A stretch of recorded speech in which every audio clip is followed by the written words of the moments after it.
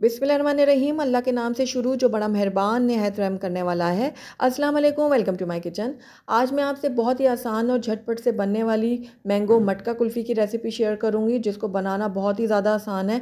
बग़ैर चूल्हा जलाए हम इसको बनाएंगे, उसके बावजूद ये बहुत ही क्रीमी और रिच बनकर तैयार होगी। तो ज़रूर ट्राई कीजिएगा हम इस रेसिपी को। तो चलिए फटाफट से इस मज़ेदार सी रेसिपी को बनाना शुरू करते हैं। तो मैंगो मटका कुल्फ़ी बनाने के लिए सबसे पहले मैंने एक बड़े साइज़ का यहाँ पर आम ले लिया है।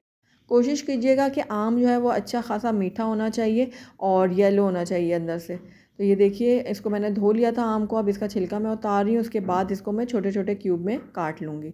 बस रफली सा हमने इसको काटना है, क्योंकि हमने इनको ग्राइंड करना है। तो ये देखिए, इस तरह से मैंने आम की कटिंग कर ली है।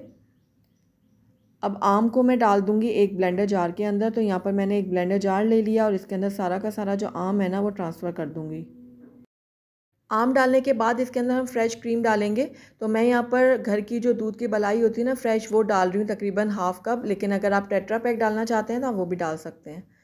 तो क्रीम ऐड करने के बाद इसके अंदर 2 खाने के चम्मच भर के मैंने मिल्क पाउडर लिया है और ये भी मैं इसके अंदर ऐड कर दूँगी। इससे बहुत ही क्रीमी इसका टेक्सचर बनेगा। और उसके बाद इसके अंदर ऐड करूँगी 1 कप दूध ऐड करने के बाद इसके अंदर हम डालेंगे कंडेंस मिल्क। तो 1/4 कप मैंने कंडेंस मिल्क का यहाँ इस्तेमाल किया। आप अपने टेस्ट के अकॉर्डिंग डाल सकते हैं, जितना मीठा आप पसंद करते हैं। उसके बाद इसके अंदर मैंने थोड़े से पिस्ते और बादाम इसके अंदर ऐड कर दिए। अब इसका ढक्कन बंद करूँगी, सारी चीज़ों को मैं अच्छे से ग्राइंड कर लूँगी।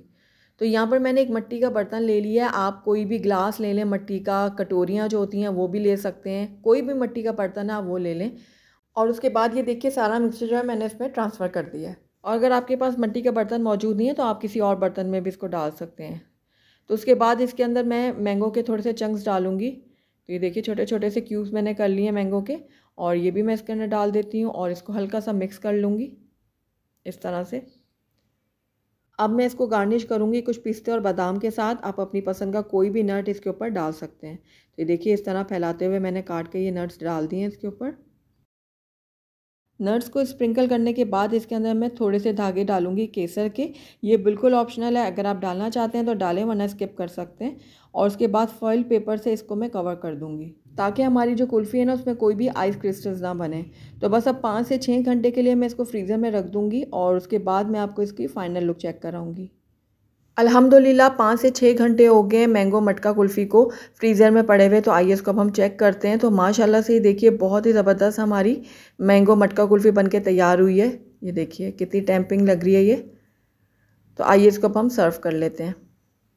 अल्हम्दुलिल्लाह हमारी बहुत ही क्रीमी और रिच मैंगो मटका कुल्फ़ी बनके तैयार हो गई है।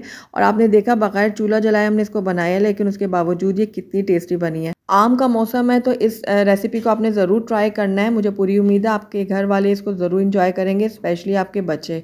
तो ज़रूर ट्राई कीजिएगा, मुझे फ़ीडबैक में बताइएगा आपको मेरी रेसिपी कैसी लगी।